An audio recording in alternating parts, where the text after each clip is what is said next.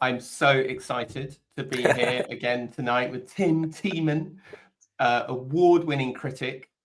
Usually he's writing incredibly brainy reviews for the New York Times, the Guardian, the Daily Beast, of course. But tonight, I think in what may be a very exciting first, and I'm imagining is going to be replicated in broadsheets all over the world very soon. Tim is going to be reviewing some Instagram Reels for us. And not just any Instagram Reels, but Meghan's Instagram Reels. So when we started this morning, we were thinking there would be 2 Instagram Reels to discuss, which would be her trip to France and her trip to New York. But literally about 2 hours ago, Tim sent me a text saying, have you seen Meghan's just posted from her trip to DC as well? So we have to have that as well. So very much hoping that that my technical skills won't let me down. And if they do, I hope you'll be forgiving. So what we thought we'd do to start with was just show you these 3 clips. And I've also got to apologize, but for some reason, when I load them, they start playing immediately. So I'm sure I'll get better at all this tech stuff as time goes on. But anyway, so this is the first of what I think we now have to call a triple bill of Instagram Reels, Tim. A trilogy, Tom. A trilogy. A trilogy. That would be the correct term. So should we start with Paris and then do NYC and then do DC? Or should we do all 3? Or do you want to do one at a time? Let's do one at a time. Why don't we do one at a time, and let's do Paris first. Okay, Paris first. So this is chronological. So this is the trip to Paris where where Meghan was the surprise star at the Balenciaga show. So here we go. Let's hope this works.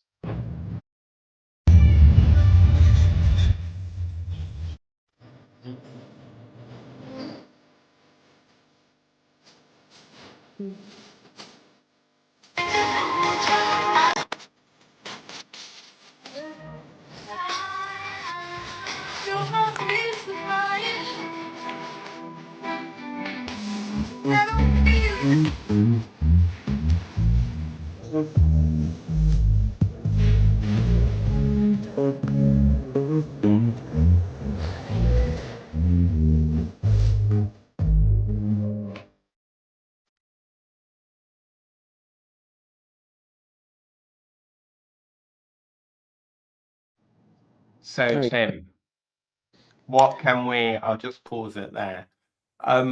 So what jumps out at you watching that? I mean, what's Meghan, because obviously Instagram is the ultimate sort of self-mythologizing tool, isn't it? What's absolutely.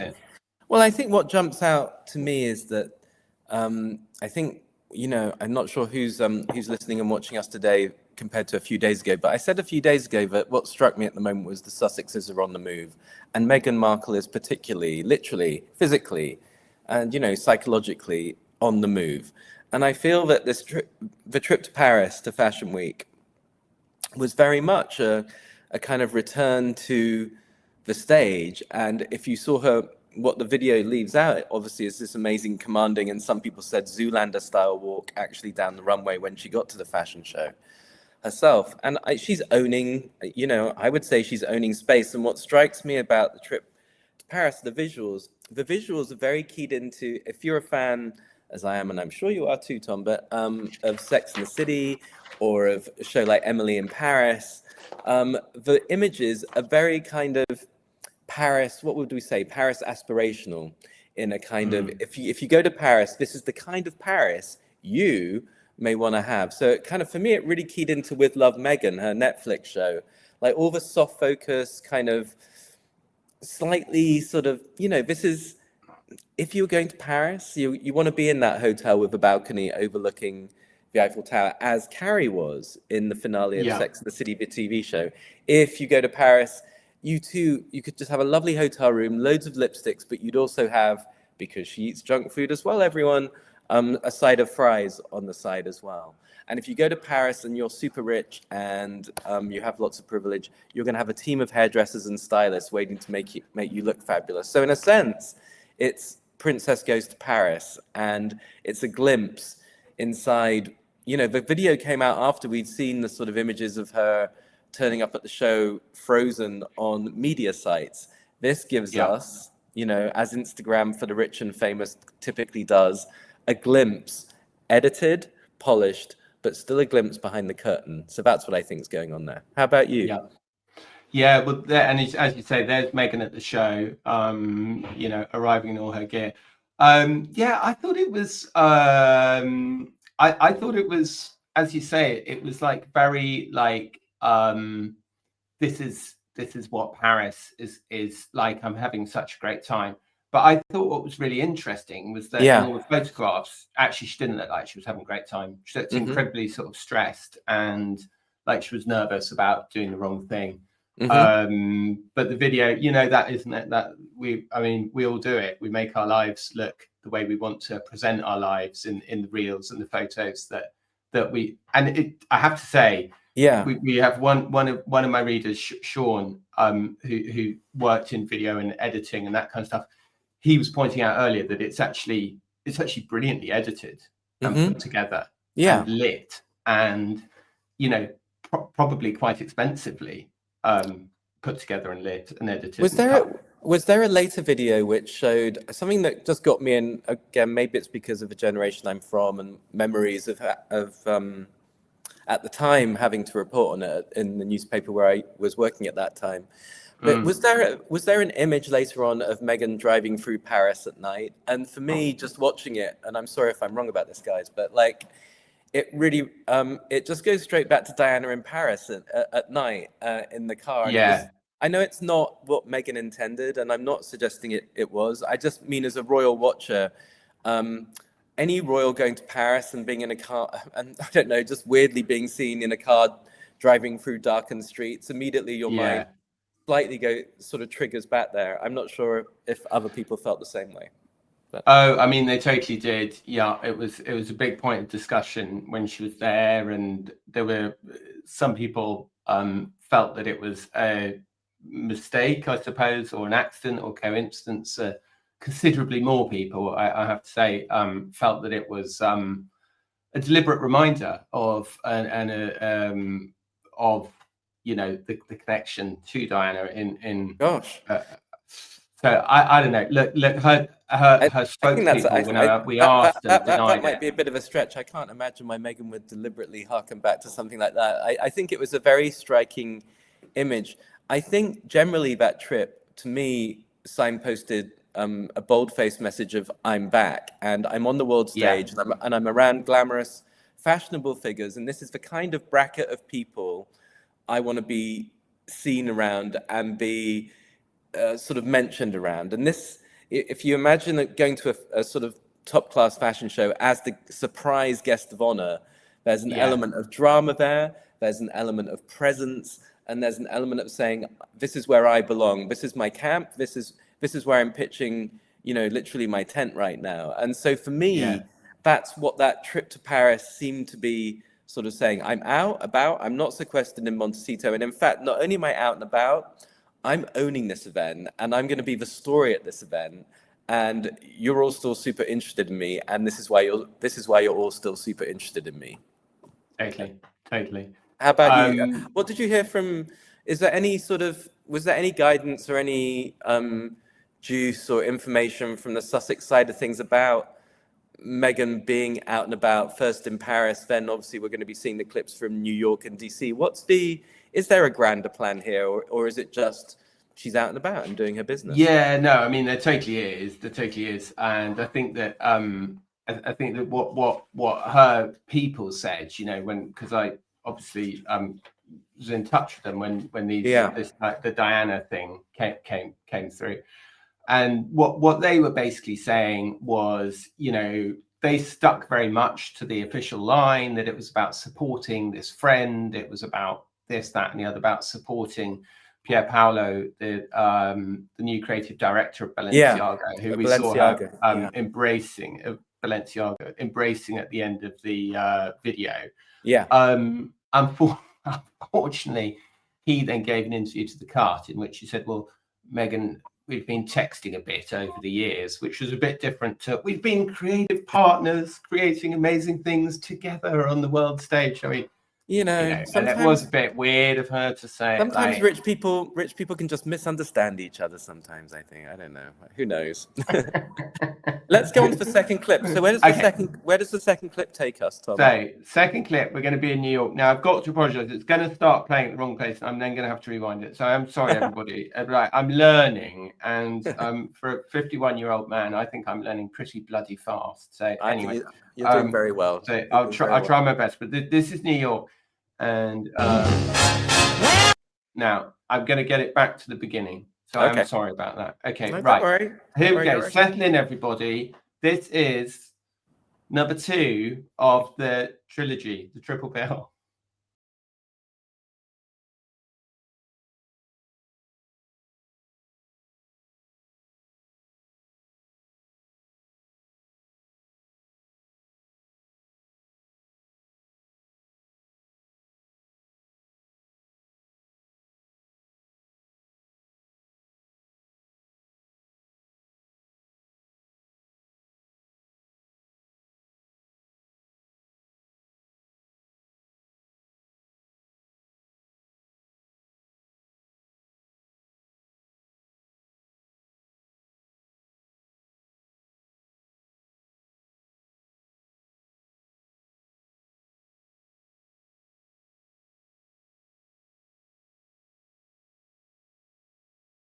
Now, I can go through, so you can ask me to move forward to specific bits, and we can move forward to remind us. But tell us your overall impression first. I think once is enough. Well,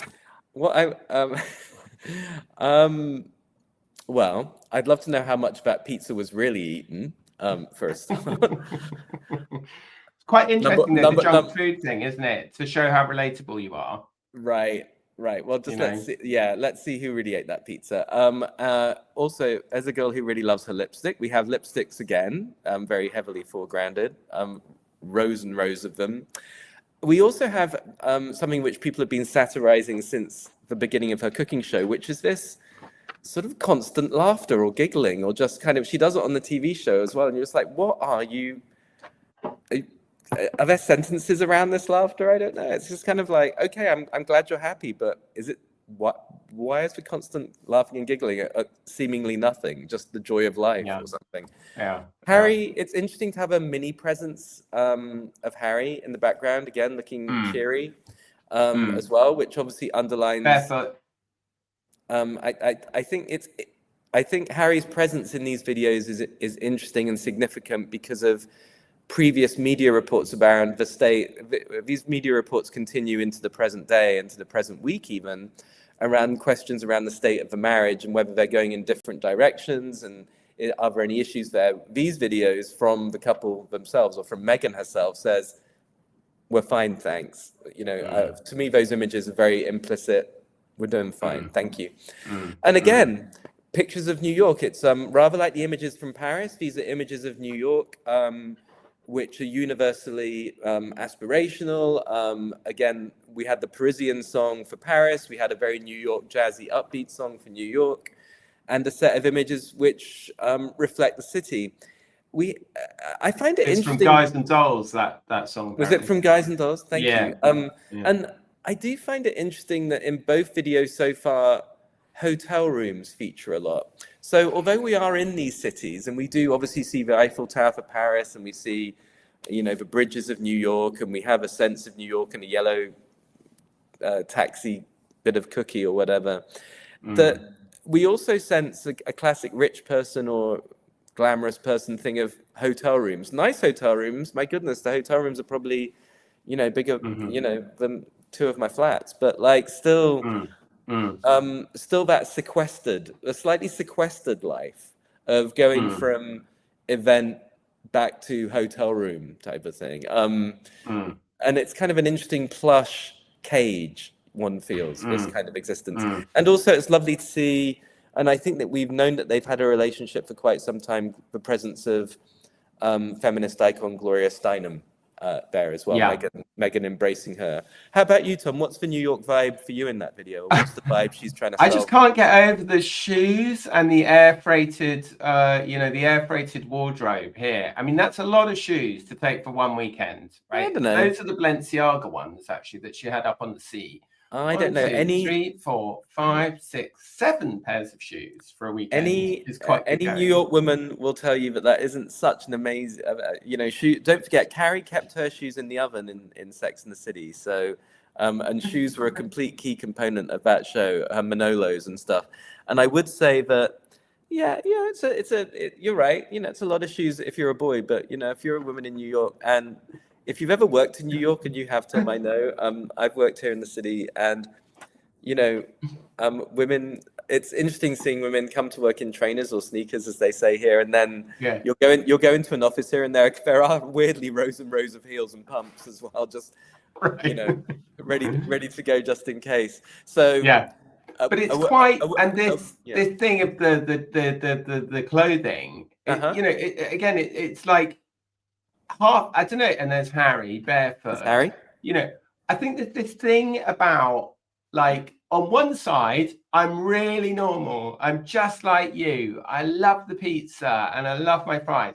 And on the other half, I've air freighted in like 3 trunks of clothes and shoes for a 3-day appearance. I mean, rich people have different lives. I just think that's very much. I'm a rich person. I think what I mean. It's not like it's very leaning into, I'm a rich person and I'm living my amazing life with my cool barefoot happy prince, and I can bring as many clothes as I damn well want to New York with me, which I think this is the thing. I just think there's always all these, the thing about Meghan is she just makes your head spin, because it's always a conflicting message. Like, at one moment she's really normal, the next moment she's wearing $18,000 cashmere Laura Piano sweaters to do her cooking and not wearing an apron, and there's just always this bit of this, like, she just sometimes, I feel like, just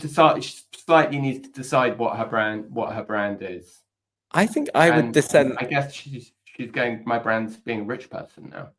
I think I would dissent slightly from that, or offer an alternative point of view, at least, which we've discussed before, I think, on the phone and stuff. But okay, I think this isn't so unusual. I think on Instagram, especially, Instagram for rich people or glamorous people, or for people with a lifestyle not like most people, I think is a weird and interesting tightrope. And I think you could look on a lot of rich personal accounts, particularly women, and see the tightrope of this, which is this is beyond aspirational. This is a glamorous life, and then see them, maybe going to a pub or having a slice of pizza, or doing something like going to a bakery, or doing something, as it were, normal.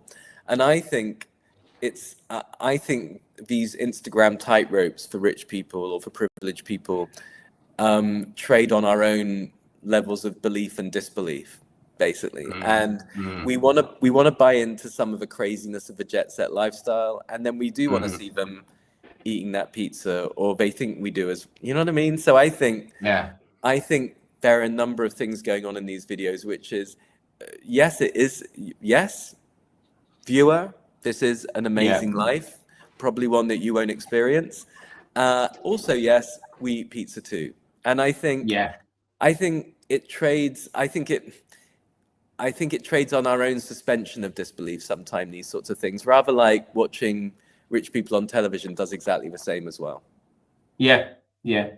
And the makeup there, you mentioned. Here's a little rundown of the makeup for you from the Daily Telegraph. The beauty correspondent figured out what they all were. So the main brand that she seems to use is called No Makeup Makeup. Oh yeah. Which is a trendy brand. So she's got No Makeup foundation, the creme classic lipstick, the blush and lip color.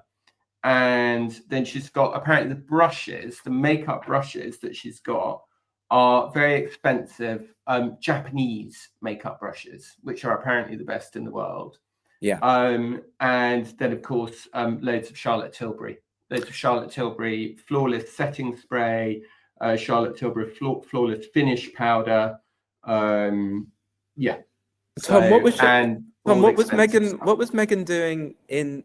We know what she was doing in Paris. What on this video? It seems like a fun trip to New York. But was there any business being done in New York? And if so, do we know what it was? Sort of thing. So she was, Tim. She was doing a event for Fortune magazine. So it was very much positioning. So on in Paris, she was like, I'm the glamorous, fashion plate, what have you.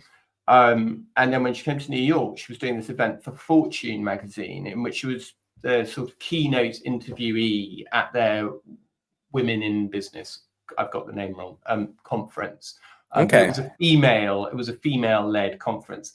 And she was actually grilled about her Netflix deal. Well, kind of grilled. So I've got a little clip of that actually that we could watch. And again, let's have a look at that. No, I think I figured out how to get it to the beginning. This is amazing. Okay, amazing breakthrough. Right, stand by.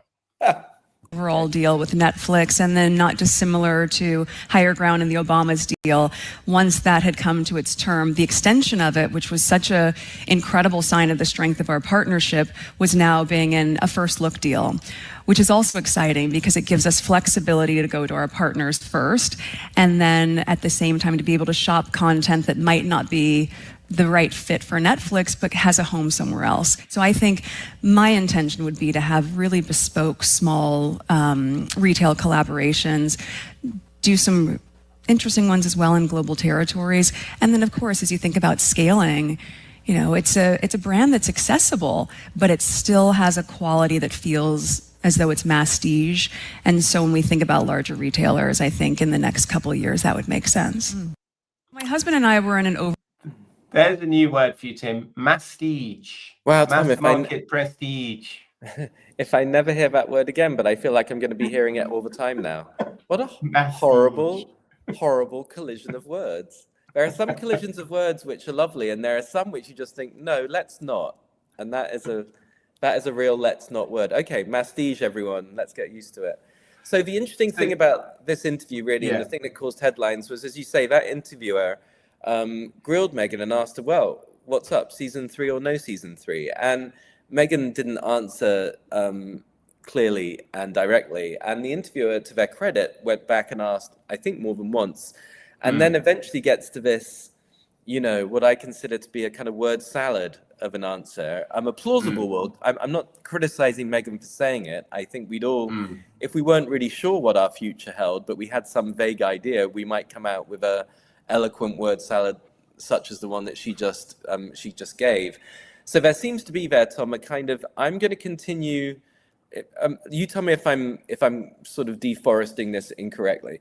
I'm going to continue in the lifestyle space. I may not have a third season of that Netflix show, but I may do bite-sized cooking, floristry, weird sort of arranging on plates of various other things in 2-minute bits, and then we put them up on another platform or something. Is that? Yeah, exactly. So first of all, she was sort of pushed about what's happened to the Netflix deal. And she said, well, the same thing has happened to us as happened to the Obamas. Classic Meghan response. In good company. And then they say, but then she says, is there going to be a third season or not? And she says, and actually, as I've said before, I've taught people media training, and I'm sure you have too, and had media training. And she actually gives a very good media trained answer. Absolutely. She doesn't say, no, there's not going to be a third season. What she says is, there's a holiday special coming up. It was a lot of work doing 2x8 episodes. And in fact, what we're going to be doing now is how can we bring you a recipe in 2 minutes rather than half an hour? I mean, wow. And this is what I mean about like the pivots like that Meghan does. Like suddenly, she's just suddenly announced that she's shifting all of her output to social media, which I just find absolutely like, it's just bonkers. Do you know what I mean? And I just sometimes feel like, I feel like it's not surprising that she gets such a hard time in the media, because the narrative is just so messed up. It's just like, you just don't know where you are from one moment to the other. Is it a jam business? Is it a social media? Is it this? Is it that? I just, and don't forget, right? it was only a year ago that this was all launched as American Riviera Roadshow, Yeah. with images of her wandering around in a ball gown.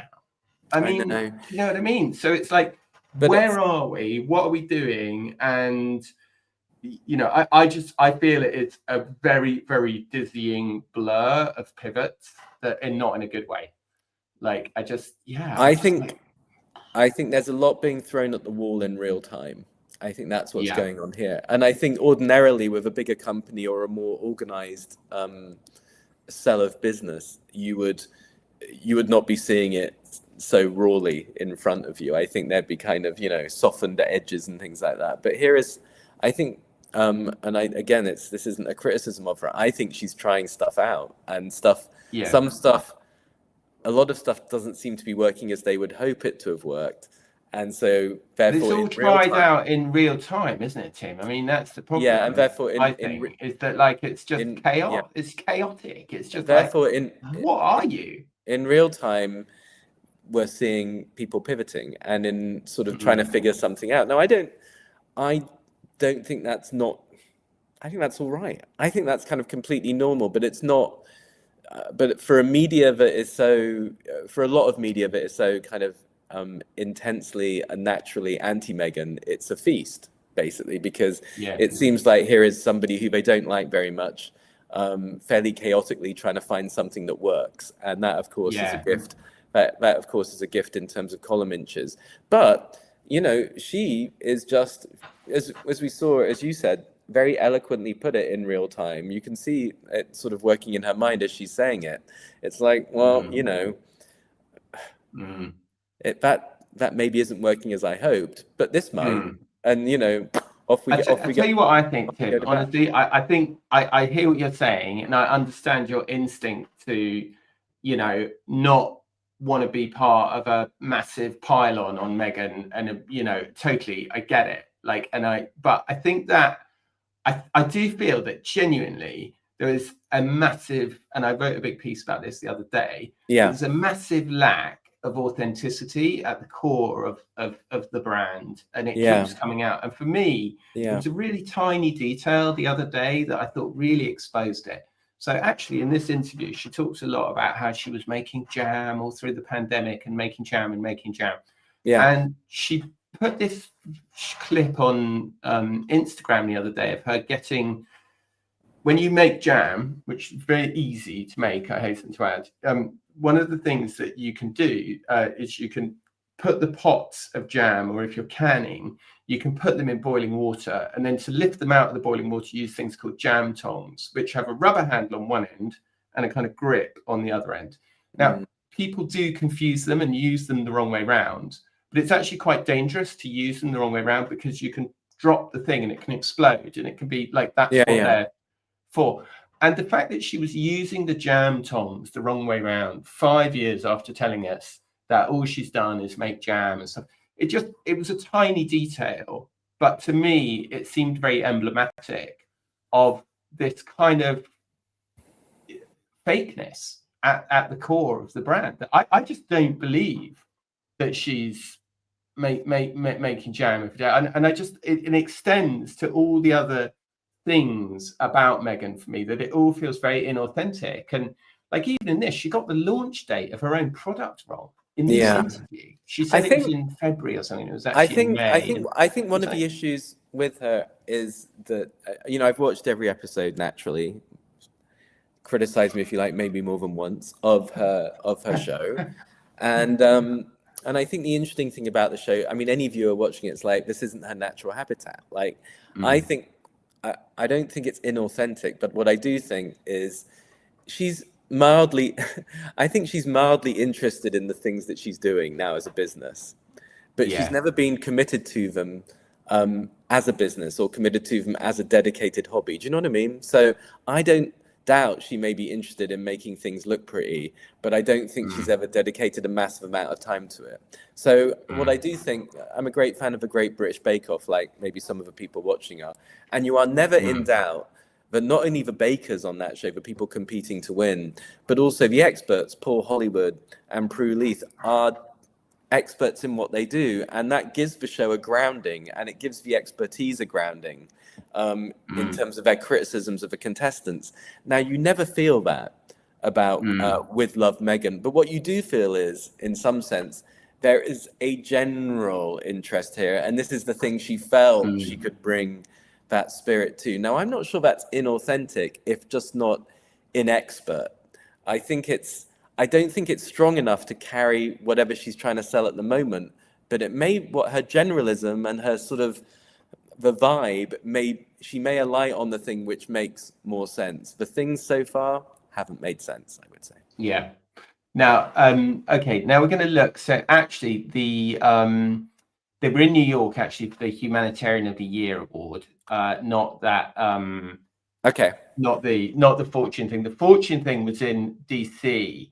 So we're now going to look at, and I apologize, everybody. I've been sent a few messages chastising me for getting that detail incorrect. And you're right, but it's and you're right. But what happened was they were in New York together for the Humanitarian of the Year award, and that's what this footage is all about.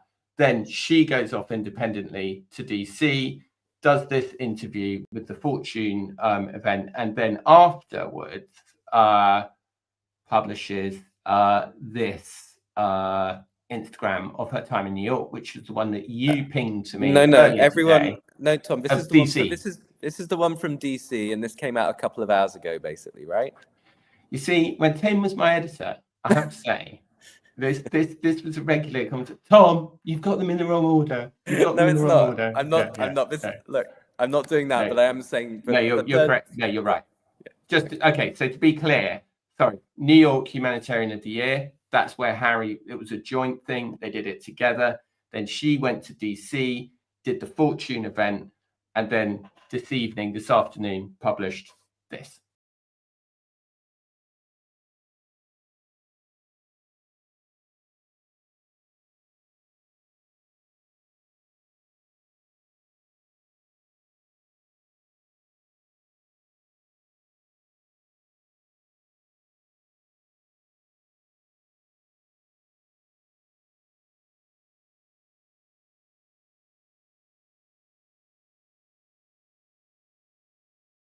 Oh, that it? Just when the chorus was coming, I know that's it.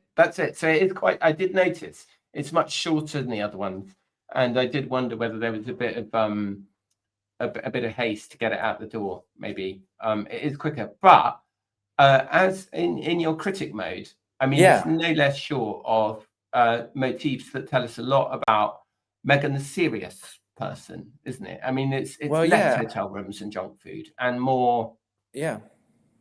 I mean, a few years ago, Tom, you and I were was it the first Trump presidency? But there was, there were a number of rumors and news stories around a few years ago that Meghan was set to pursue a political career, and that's what she was interested in. And obviously, then there was all the animus from Donald Trump towards her, and the things that he was saying about her, and very clearly her left-wing politics and and the social causes that she feels very strongly in. And what strikes me about this video, and I'm just going to remind people of that whole Trump Meghan thing, because I was actually doing something on it earlier, so I actually printed it out, so I can actually tell you. So basically, what happened was that in 2016, when Meghan was still an actress and he was a candidate, and to be fair, was not taken very seriously as a candidate. I mean, don't forget, the mainstream opinion was that he didn't have a home. She called him misogynistic and divisive on a Comedy Central panel in 2016. It would have gone unnoticed, but then of course in 2019 he made his first state visit to the UK. Reporters, there was a lot of speculation, will Meghan be there? Will she shake Trump's hand? Blah, blah, blah. And reporters reminded of the remark, and he said, I didn't know she was nasty. And I always remember, Tim, we were working together at the time, and you said, Trump's use of this word nasty is the word that he uses for strong women, for women that he disagrees with. It's his favorite pejorative term. Yeah. For women. So she called him nasty, but then he completely. Hello, Tom. It's important that you mute. Oh, sorry, someone sent me a message. He then went completely crazy and started, there was this whole thing about Harry, would he be deported?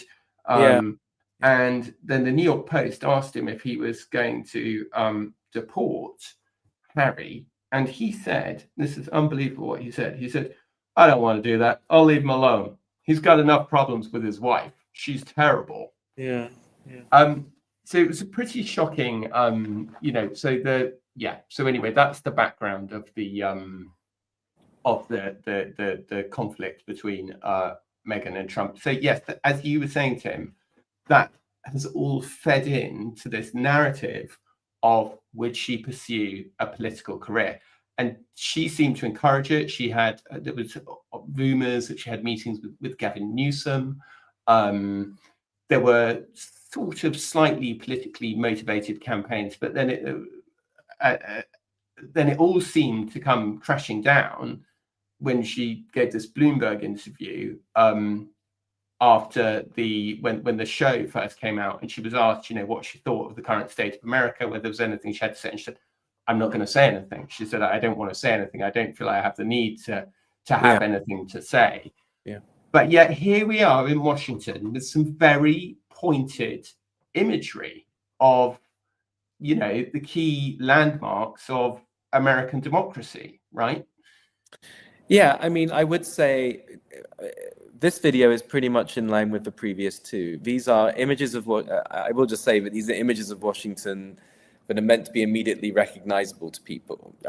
So just like Paris and New York, Meghan is serving up the signifiers of the nation's kind of political capital in this video too, and then also showing herself sort of backstage and then heading onto the stage at the Fortune event that we were just talking about as well. And so I find it, and then we see, we just see the rotunda, and then we see, her doing her business, bit of champagne, bit of aspirational, and then plane, and then I'm assuming are we heading back to California in this one? Heading home, yeah. So for me, I think Meghan and Washington, and Meghan being on a stage talking about things that she feels passionately about, to me has always seemed, you were just talking about the word authenticity, and I know people have issues or have discussions around Meghan around that word. For me, she's never seemed more authentic, or I hate that word in some ways, more comfortable in her own skin and what she was saying and doing than when she is talking about the things that really mean something to her causes and politics. And I think from previous reporting and just things that we've written in the past, if she had the freedom, if she wasn't, a semi-royal, and if she wasn't in the position that she was in, I wonder if we would hear more passion and more engagement and more interest from her on those issues than we would on flower arranging and making, pies and stuff like that. Because in my heart and in my head, I think that's where her true interest and passion and engagement lies. And maybe the great tragedy here is because of what she feels she can and can't say, is that she is in some way constrained from pursuing those very real passions and the things that she would really love to engage with and engage in.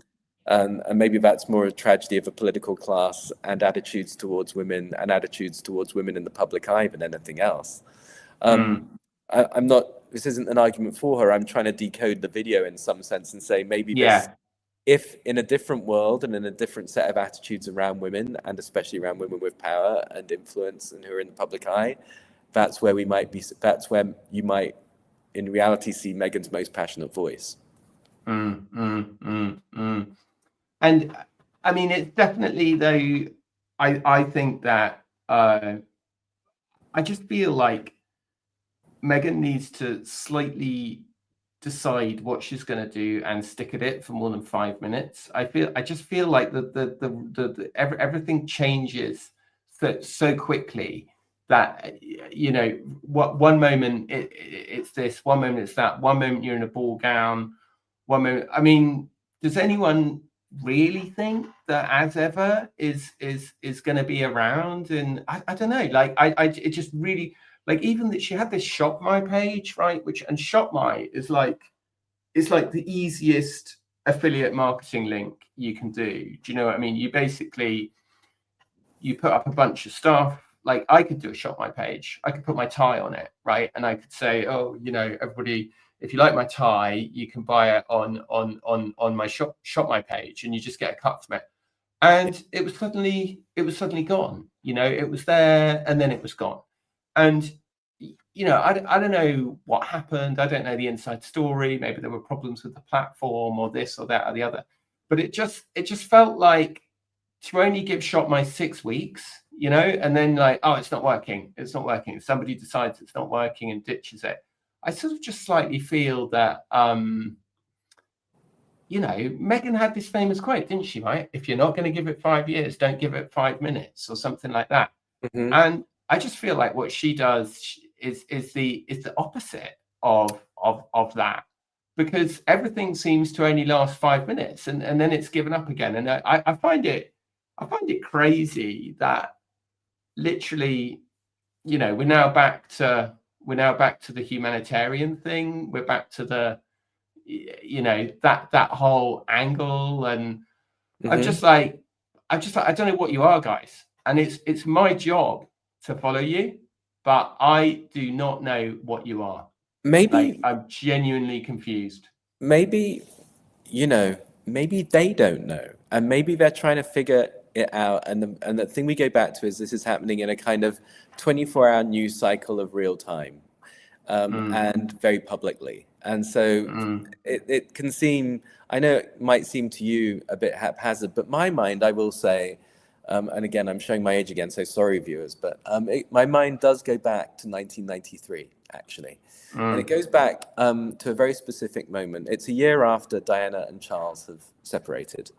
And in December of that year, and again, correct me if I'm wrong, readers, viewers and readers, that in December that year, or at least very late that year, Diana gave a speech where she said that it was the famous speech where she said she's going to withdraw a bit and figure out what she wanted to do next. And she may not be doing as many charities as she did, but she would remain, you know, committed to what she did. But really it was about media intrusion and the media attention that she felt she was getting at that time. And don't forget, everyone, this is pre-internet. It was so, it was still extremely intense. She was the most famous and the most photographed woman in the world, and being pursued, and as we know, ultimately tragically. And so I will say that my mind goes back to that moment and to royals who, Diana really is the blueprint essentially in this. Royals who said this thing isn't for me, but I realize I have image, I have influence, I have some place here, but I'm not going to be in this firm. I'm not going to be within the walls here, and I'm not going to be doing the regular calendar thing, the regular things of what the others do, but I feel I want to be doing something. Now, I remember at that time, the newspapers and the media being incredibly critical in some sense of Diana, who does she think she is, wanting to do this thing that no one's done before? What could she do? And in fact, she did build a post-Charles life, again, cut very tragically short by what happened in Paris. Of purpose, most memorably when she went through that field of landmines just before in the summer, I think, before she died, just a few weeks before she died. And so I'm not defending or proposing or advocating for anybody, but in a journalistic sense, what I'm suggesting is that I think what we're witnessing here are a couple of people, and Meghan particularly gets it in the neck because she is a woman. I think there is a lot of sexism at the root of this, of trying to find a purpose and trying to find a reason. And I know people find her laughable, and people find her vain and silly and all of those sorts of things. And I'm not denying any of those things might or might not be true.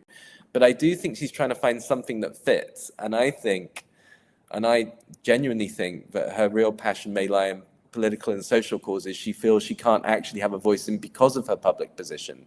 So then what does she end up doing? She ends up trying to find something that she's generally interested in, that she can make a living from, and even that doesn't work out. So they're on to the next thing. And I think what we're seeing is a person, and in some sense a couple, trying to map a route out in real time, which they themselves might not know the ultimate answer to just yet.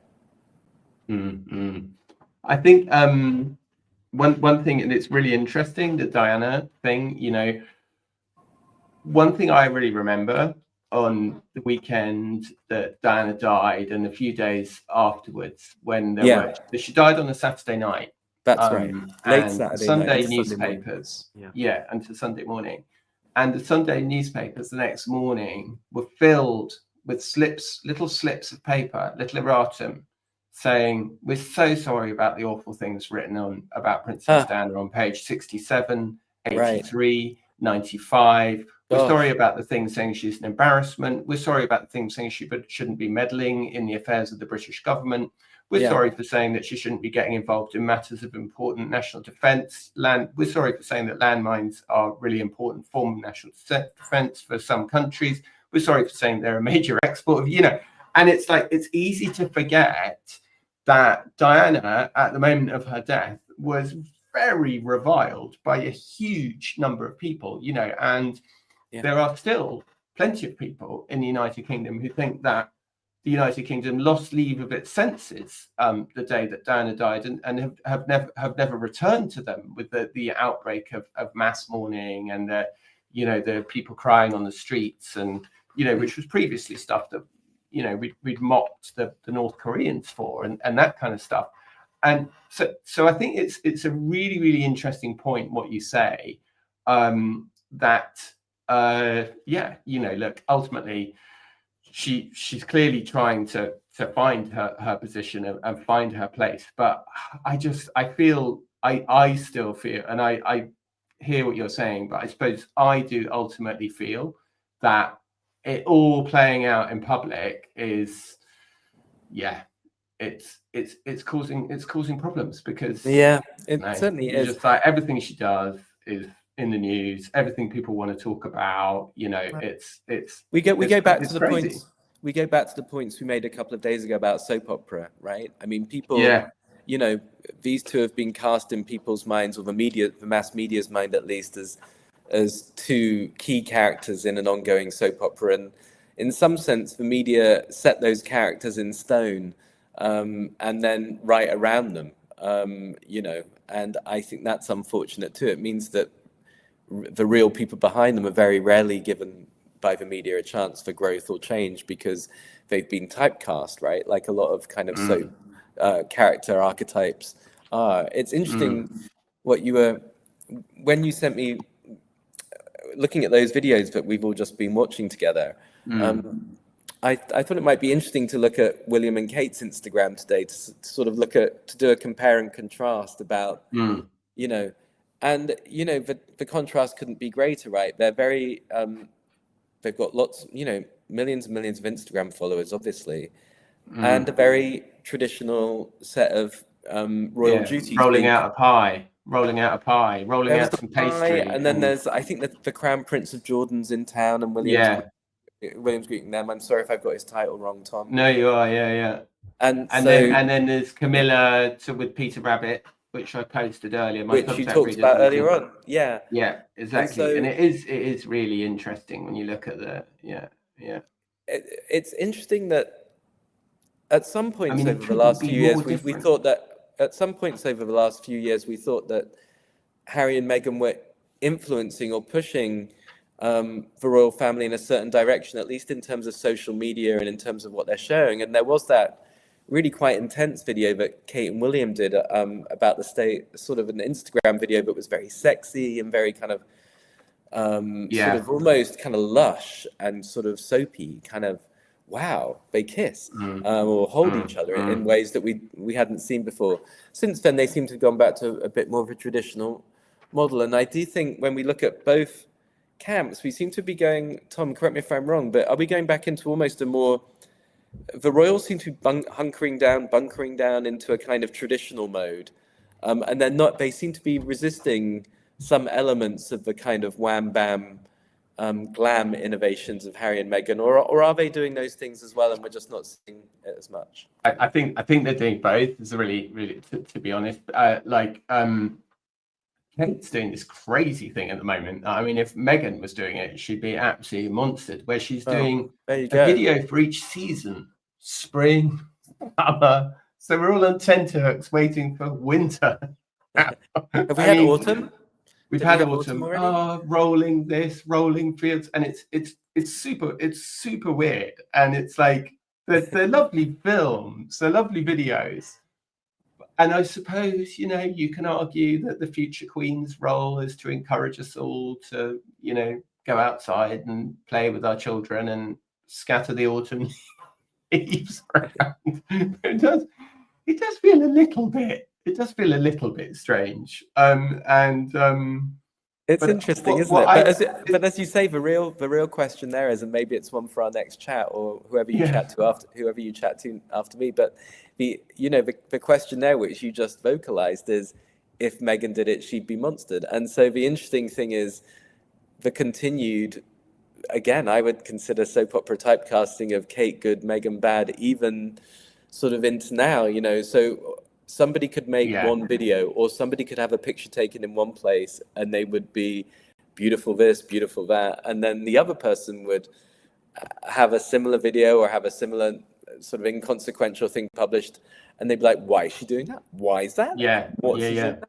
You know, and it's just this. And of course, the problem that Meghan always has that she can't get away from is what they said they wanted, which is the profit motive. So everything that she does, they just go, everything that she does is, you know, and again, she's caught herself out here in that Bloomberg interview, or one of the interviews with, it wasn't the Bloomberg interview, it was one of the other podcasts where somebody said to her, you know, is your personal social media an extension of your brand? And I think the person even said, as it is for all of us.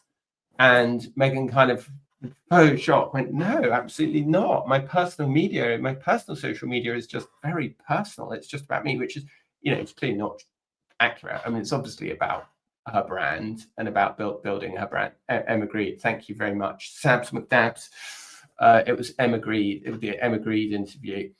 Who's this sort of, Emma Greed's this sort of very cool British entrepreneur, and she actually did a great job interviewing her. Absolutely. She let her talk, but she dug into it. But I think that's always the problem that Meghan always has, is they said they wanted to leave the royal family to make their own money. They've gone and, you know, they are now trying to make their own money. And so everything they do is by definition cashing in. And really, and this is, again, as you say, subject for another day, because I know it's getting late. But sorry, everybody. Sorry, we're chatting.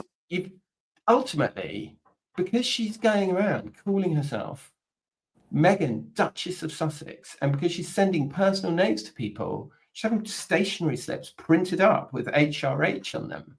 I think it's just, again, there's a very huge internal conflict between saying, I want to stand on my own 2 feet, and being welcome Meghan, Duchess of Sussex. It's just, and it's too late now to get rid of it. It's too late now to just be Meghan and Harry, because it would look like a massive climb down.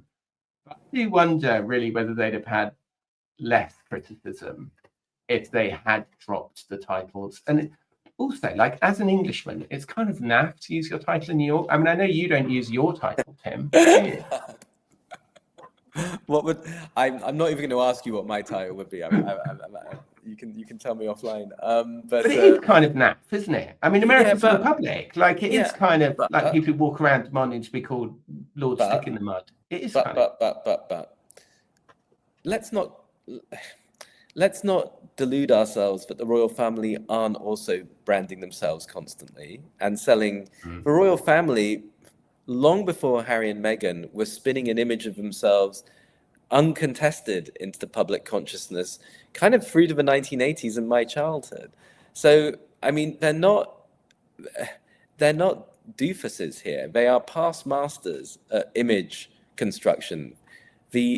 Our former queen, Queen Elizabeth, the master of image, I think probably the preeminent master of how to construct a public image, that remained intact up until her death. And so I sort of sometimes think that a lot of things are imputed to Harry and Meghan, and you're just like, the others are doing it kind of completely fine themselves. And also on the subject of money, sure, you're right. They are often criticized around money making, but before they were criticized for money making after the event, they were told, well, if you do that, you can't have any money. I mean, you can't have this, you can't have any money. We're going to cut you off for this. Your father shouldn't be giving you that. And so at the end of the day, you're sort of, I mean, sure, I'm not defending their behavior, advocating, supporting their behavior or anything like that. But I do think they're operating constantly in thin yellow lines that others are not. And apparently, a slight, I would say, damned if they do, damned if they don't sort of thing. You know, if they behave a certain way, they're criticized for it. If they behave another way, they're criticized for it. And I can imagine, I'm not saying they're great, I'm not saying all of that, but I am saying I don't see the same rigid sort of double-edged standards of behavior being applied to other members of the royal family.